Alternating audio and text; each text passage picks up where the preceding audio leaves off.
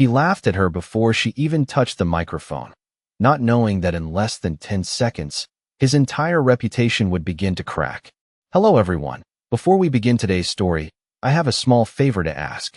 Please hit subscribe and turn on the notification bell so you never miss our channel's new videos. It's quick, free, and the best way to support us in bringing you more dramatic stories. Your support means the world to us. Where are you watching from? Drop your city or country in the comments below. Thank you very much. Now, back to Emily Carter.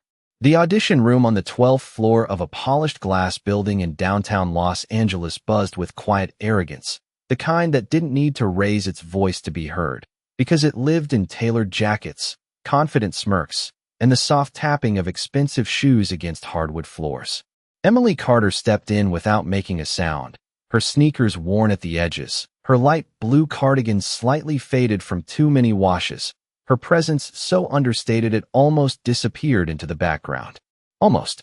A few heads turned, not out of interest, but out of instinct, the way people glance at something that doesn't quite belong.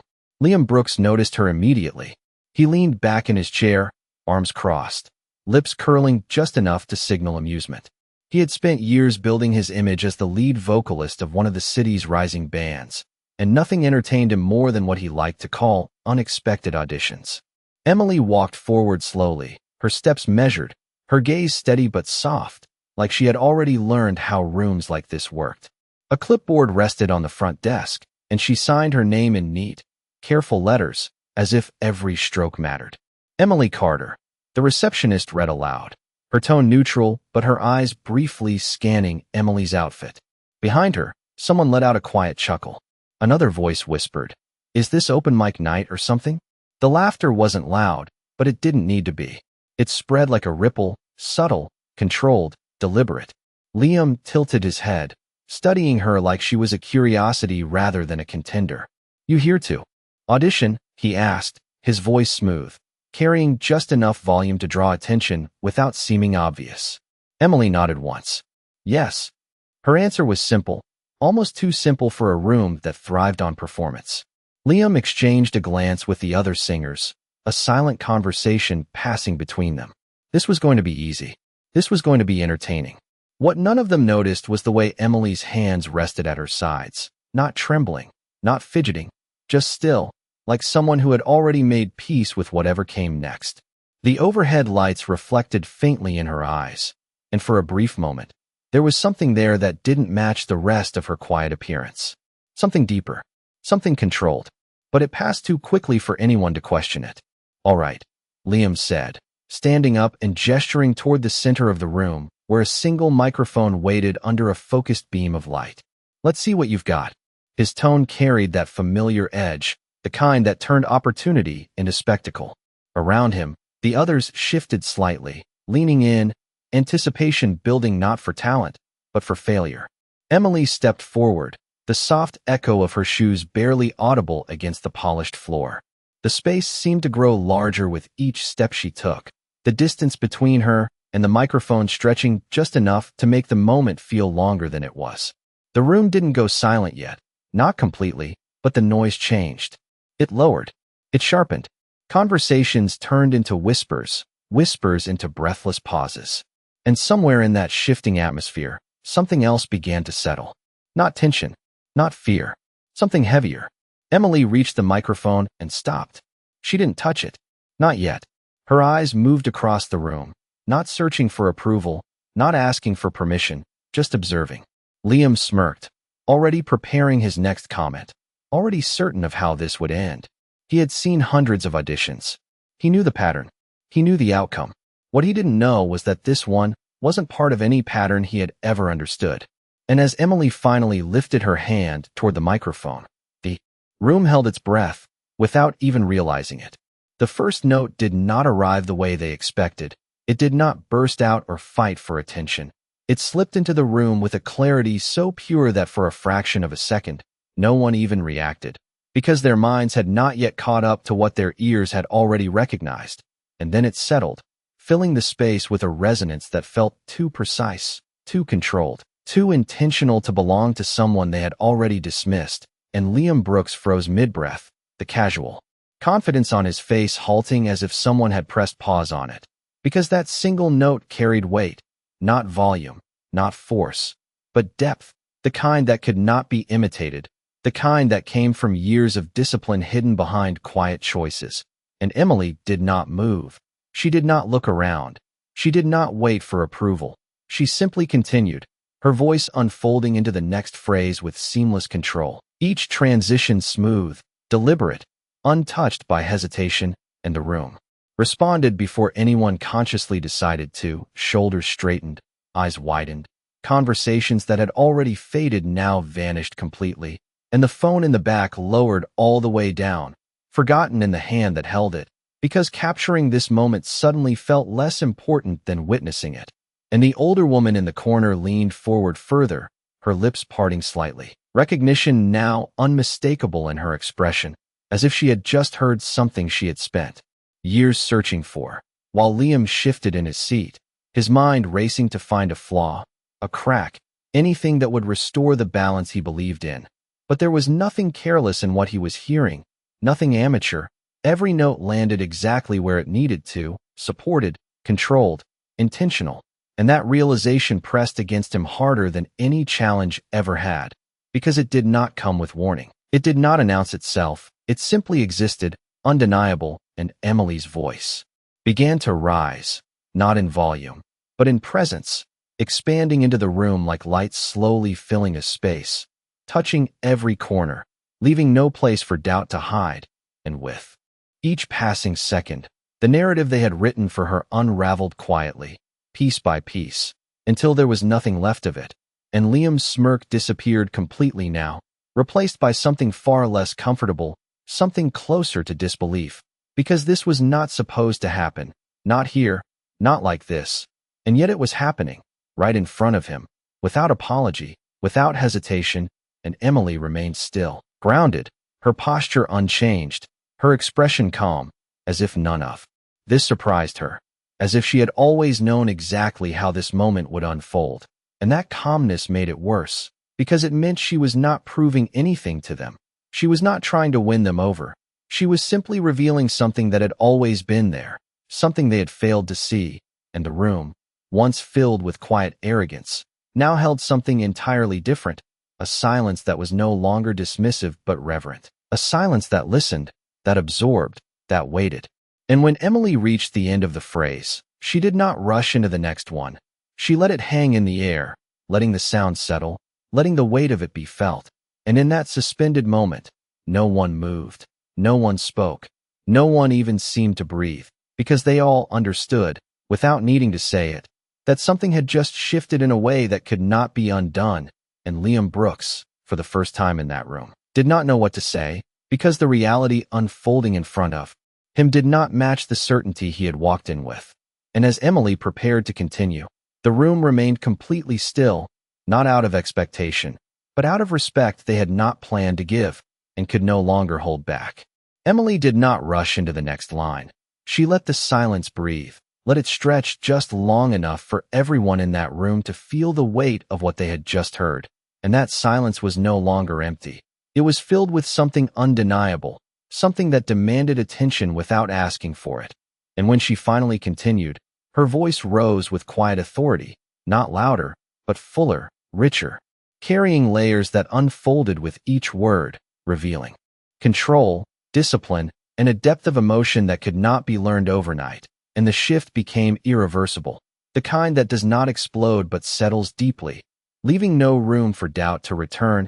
And Liam Brooks felt it completely now, the ground beneath his certainty no longer steady, his posture stiffening as his mind struggled to reconcile what he was hearing with what he believed he knew, because this was not just good, it was refined, intentional, shaped by years of something he could not see but could no longer deny.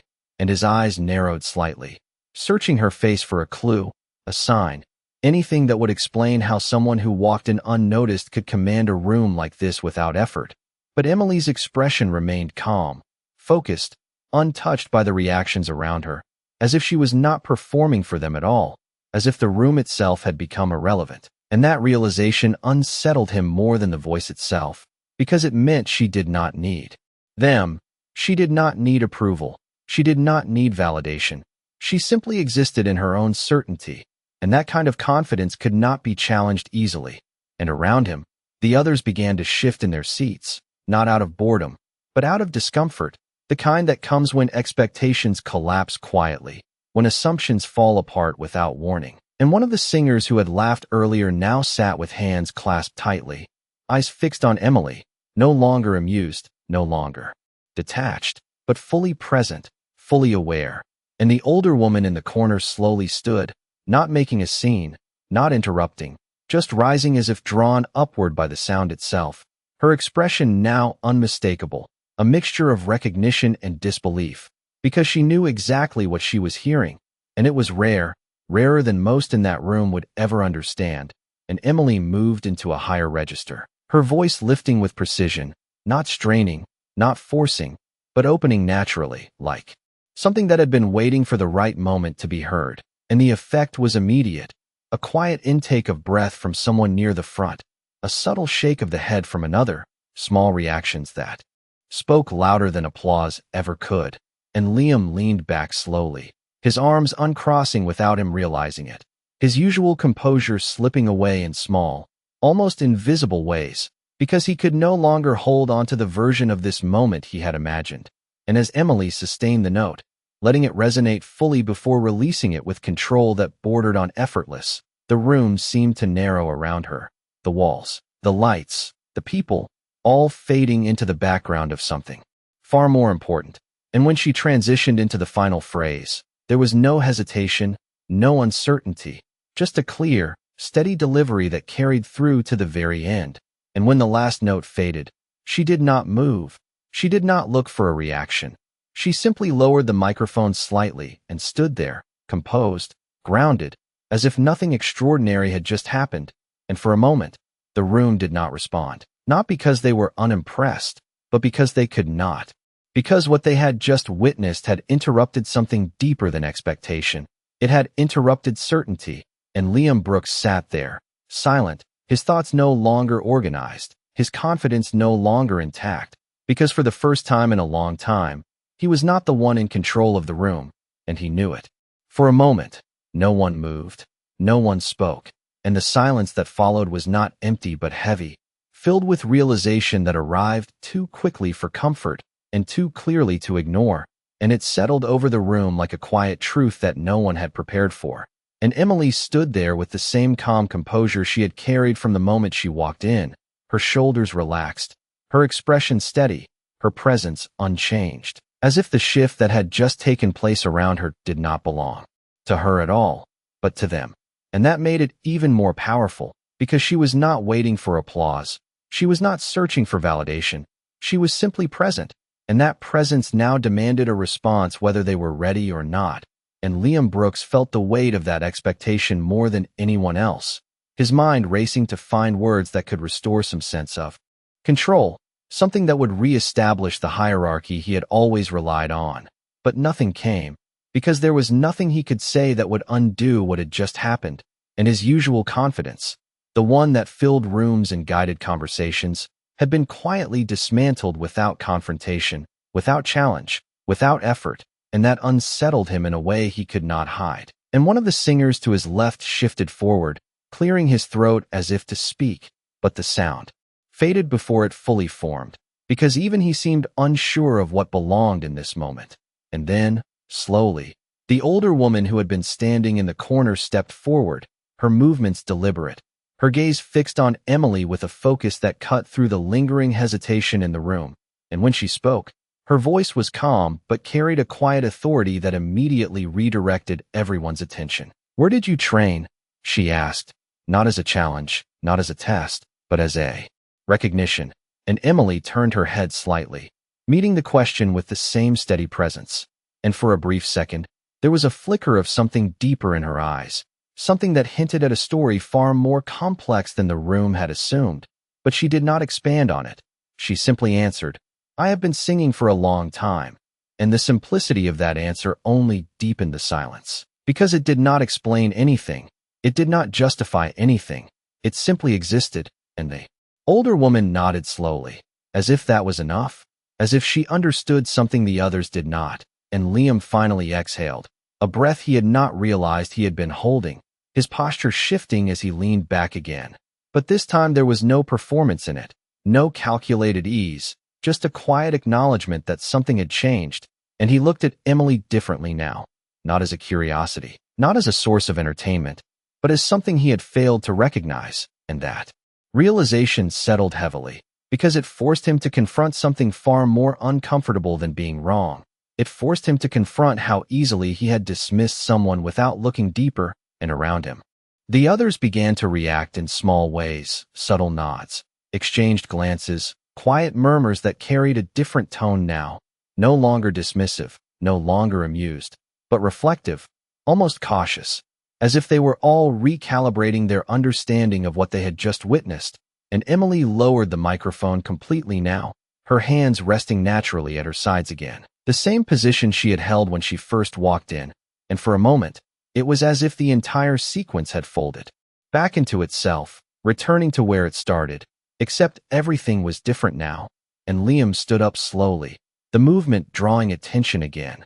But this time the room did not follow him with expectation, it watched him with curiosity, waiting to see how he would respond, and he hesitated for just a fraction of a second, a pause that would have been unthinkable before, and when he finally spoke, his voice was quieter, stripped of its earlier edge. "That was unexpected," he said, and even.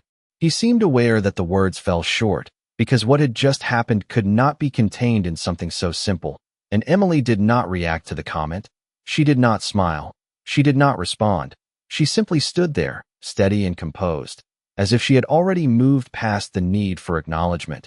And in that stillness, in that quiet refusal to seek approval, the final shift became undeniable, because respect had arrived not through demand, not through argument, but through something far more powerful, something that did not need to speak its name to be understood. The room did not return to what it had been. It could not, because something fundamental had shifted beneath the surface, something that could not be undone by a casual remark or a forced smile.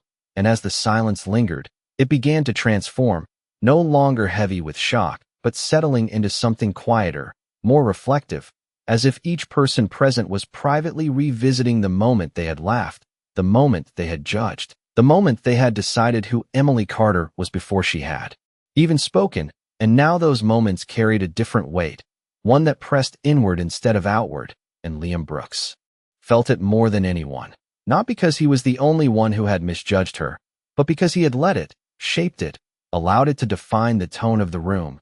And now that tone had turned against him in the most subtle way, not with accusation, not with confrontation, but with contrast, and contrast can be far more revealing than any argument.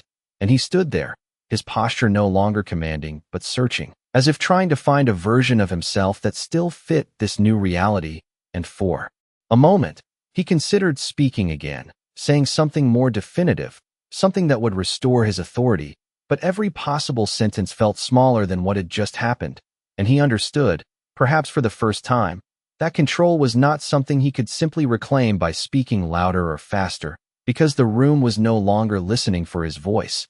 It was still listening to hers, even in the silence. And Emily remained exactly where she was, not stepping forward, not stepping back, simply present, her calmness now becoming the center of gravity in the space. And that calmness invited something unexpected. It invited honesty. And the older woman who had stepped forward earlier now moved closer, her expression softening slightly, not out of sympathy, but out of respect. And she spoke again, her voice quieter this time, but carrying even more weight. "You do not perform like someone who is trying to impress," she said, her words deliberate, each one placed with care. "You perform like someone who already knows who she is." And the statement did not feel like praise, it felt like recognition, the kind that cannot be given lightly. And Emily met her gaze, not with pride, not with modesty, but with a steady understanding, as if she had heard those words before in a different time, a different place, and she gave a small nod, nothing more. And that simple acknowledgement carried more meaning than any speech could have, because it confirmed what the room was beginning to understand, that this moment was not an exception for her. It was not luck, it was not a surprise, it was the natural result of something long built, long protected, and quietly carried. And Liam exhaled slowly, the tension in his shoulders easing in a way that felt unfamiliar, because it was not relief, it was acceptance, and acceptance required him to let go of the narrative he had created, the one where he understood everything that entered his space, the one where he decided who belonged and who did not. And now that narrative no longer held. And he looked at Emily again, really looked this time, noticing details he had ignored before, the steadiness in her posture, the precision in her movements, the quiet confidence that had been there from the beginning, hidden only by his own assumptions. And that realization carried a quiet sting, not because it hurt, but because it revealed something about himself he had not been forced to see before. And around him, the others were beginning to find their voices again, but they were softer now, more careful, their words shaped by a new awareness that had not existed minutes earlier, and the room, once defined by quiet arrogance, now carried something else entirely, something closer to humility. And Emily finally took a small step back from the microphone, not as a retreat, but as a completion, as if the moment had reached its natural end. And in that movement, there was no urgency, no need to extend it, no desire to claim it. She simply allowed it to exist, and then let it go. And that, more than anything else, left the deepest impression, because it showed that what she had brought into that room was never meant to stay there. It was never meant to belong to them. It was simply meant to pass through, to reveal, to shift, and then to leave.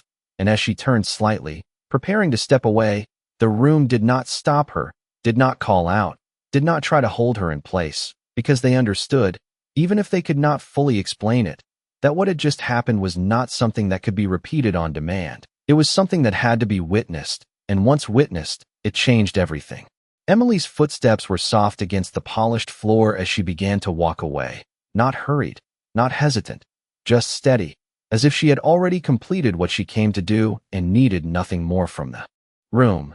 And that quiet departure unsettled them in a way her voice alone had not, because it denied them something they were only just beginning to realize they wanted, the chance to respond, to recover, to say something that might bridge the distance between what they had assumed and what they had witnessed. And Liam Brooks felt that absence most sharply, a sudden awareness that the moment was slipping past him without his permission, without his control, and instinctively, he stepped forward, his voice breaking into the silence. "Wait," he said, not loudly, but firmly enough to stop her, and Emily paused, turning back just slightly, her expression unchanged, her eyes calm, meeting his without challenge, without expectation, simply acknowledging his presence.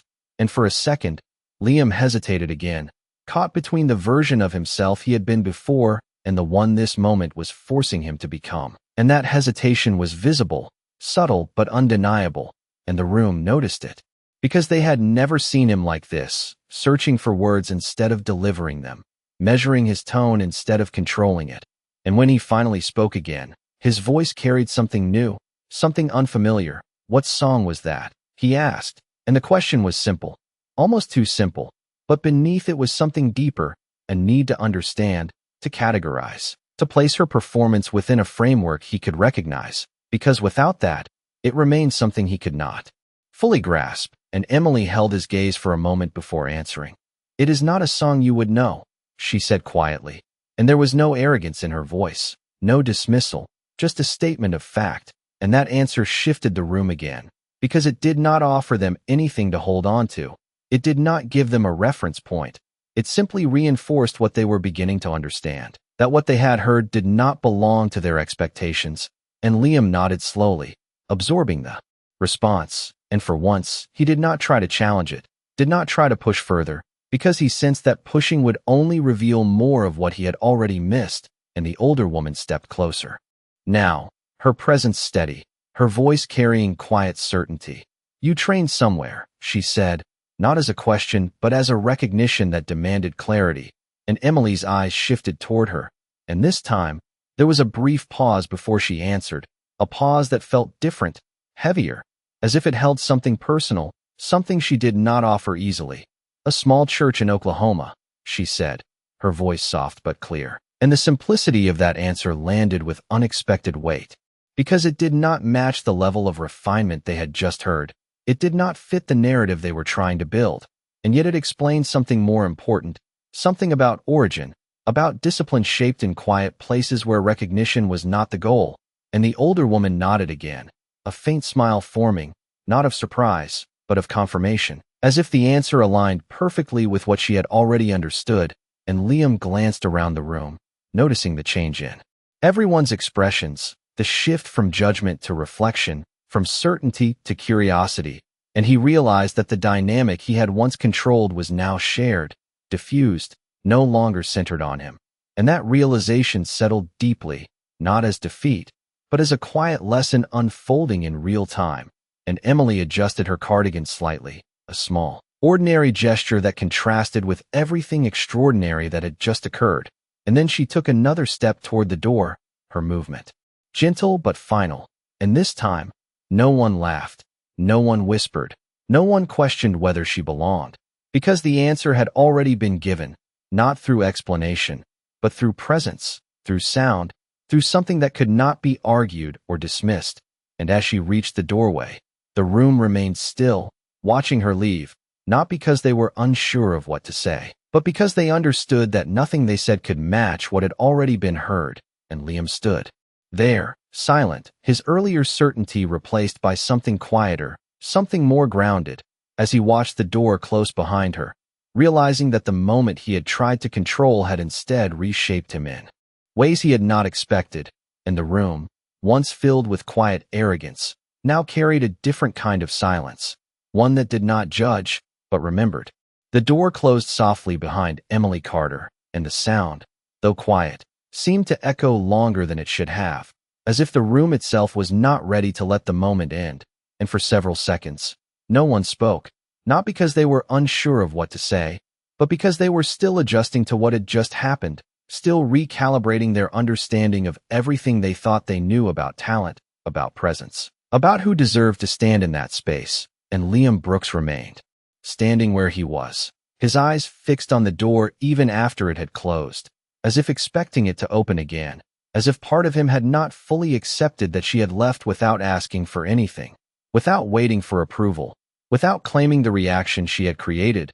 And that absence lingered more than her voice itself, because it revealed something uncomfortable, something undeniable, that she had never needed that room to begin with. And the realization settled slowly, pressing into the silence with a quiet force. And finally, one of the singers exhaled sharply, shaking his head as if trying to clear it.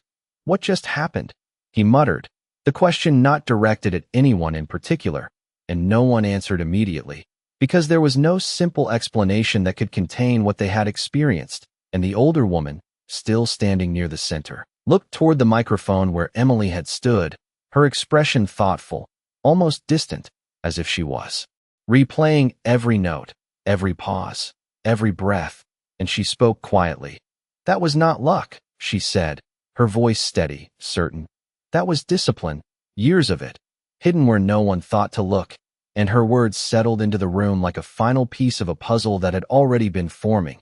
And Liam finally turned away from the door, his gaze dropping briefly before lifting again, scanning the room, seeing it differently now, seeing the people around him not as an audience to impress, but as witnesses to something that had shifted all of them, including himself. And he ran a hand through his hair, a gesture that would have once been casual but now carried a trace of uncertainty. And he let out a slow breath. "We missed it," he said quietly, not as an accusation, but as an admission. And no one argued, because they all knew it was true. They had not just underestimated her, they had failed to see her entirely. And that failure carried a quiet weight, one that could not be dismissed with humor or brushed aside with excuses. And across the room, the receptionist glanced down at the clipboard, her eyes lingering on the name written in careful handwriting, Emily Carter. And for the first time, that name felt significant, not because of who she had proven herself to be, but because of how easily it had been overlooked. And the room remained still, not frozen, but reflective, as if each person was turning inward, reconsidering their own instincts, their own judgments, their own assumptions. And Liam walked slowly toward the microphone, stopping just short of where she had stood, his eyes lowering to the exact spot her feet had occupied moments earlier. And he did not touch it, did not attempt to recreate the moment, because he understood now that it could not be recreated. It had not belonged to the room.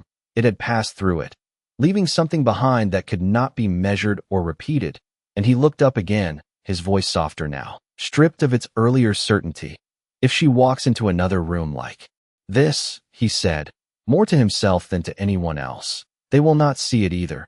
And the thought lingered, heavy and unresolved, because it revealed a truth larger than the moment itself, that what had happened here was not unique. It was simply rare in being recognized at all. And the older woman nodded slightly, as if acknowledging that truth without needing to elaborate, and one by one, the people in the room began to move again, not returning to what they had been doing, but shifting. With a new awareness, their conversations quieter, their expressions more measured, as if something in them had been recalibrated. And Liam stepped back from the microphone, his posture no longer centered on control, but on understanding. And as he glanced once more toward the door, he realized that the moment he had thought would define someone else had instead defined him, not loudly, not publicly, but in a way that would remain long after the room returned to its routine. And in that realization, there was no applause, no announcement, just a quiet, undeniable change that could not be undone. The room eventually returned to motion, but it was not the same motion it had before, not the careless shifting of bodies or the casual exchange of half-interested remarks. It was slower now, more deliberate, as if every person present had become aware of something they had previously ignored, and that awareness followed them even as they gathered their things, even as they avoided each other's eyes for a moment longer than usual. Because recognition, once it arrives, does not leave quietly. It settles in the spaces between thoughts, reshaping them without permission. And Liam Brooks stood near the microphone for a while after the others began to disperse, not speaking, not directing, simply remaining, as if stepping away too quickly would mean losing hold of the realization that had just taken root. And he looked once more at the spot where Emily had stood, replaying the moment not for the sound anymore, but for the silence that came before it, the silence he had filled with judgment, the silence he had mistaken for weakness. And now that silence carried a different meaning, one that felt heavier, more honest, and he exhaled slowly, the weight of that understanding settling into him in a way that felt unfamiliar but necessary. And across the room, the older woman gathered her bag, her expression composed but thoughtful, and as she moved toward the exit, she paused briefly beside Liam, not to lecture, not to correct, but simply to acknowledge. "You heard it," she said quietly. And Liam nodded, not immediately, but with intention, because he understood that hearing it now was not the same as recognizing it when it first appeared, and that difference mattered. And the woman gave a small nod in return before continuing toward the door, leaving him with that thought lingering longer than any criticism could have. And as the last few people exited, the room grew quieter again, not with tension, but with reflection, and Liam finally stepped back, turning away from the microphone, not as someone leaving a stage, but as someone stepping out of a version of himself that no longer fit. And he walked toward the window at the far end of the room, looking out over the city below, the streets moving with their usual rhythm, unaware of the small but significant shift that had taken place above them. And for a moment, he allowed himself to sit with the discomfort, not pushing it away, not explaining it, just letting it exist, because he understood now that growth does not arrive in loud declarations.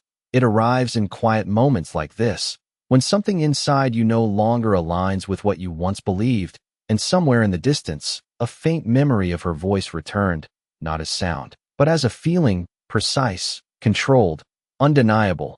And he realized that what had unsettled him was not just her talent, but the ease with which she had carried it, the way she had not needed to prove anything, the way she had not demanded to be seen, and yet had become impossible to ignore.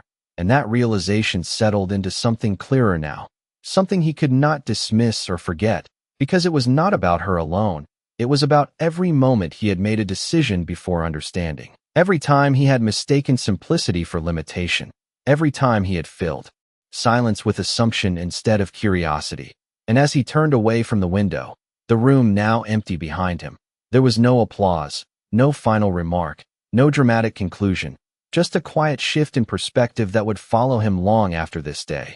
And somewhere beyond that building, beyond that room, Emily Carter continued her path unchanged, carrying with her the same quiet certainty she had always held, untouched by their recognition, unaffected by their reaction, because she had never come to be validated. She had only come to be. And in that simple truth, there was something the room would remember long after it returned to its routine, something that did not need to be spoken to. Be understood, and that day, without announcement, without ceremony, the world in that room had learned what dignity sounds like.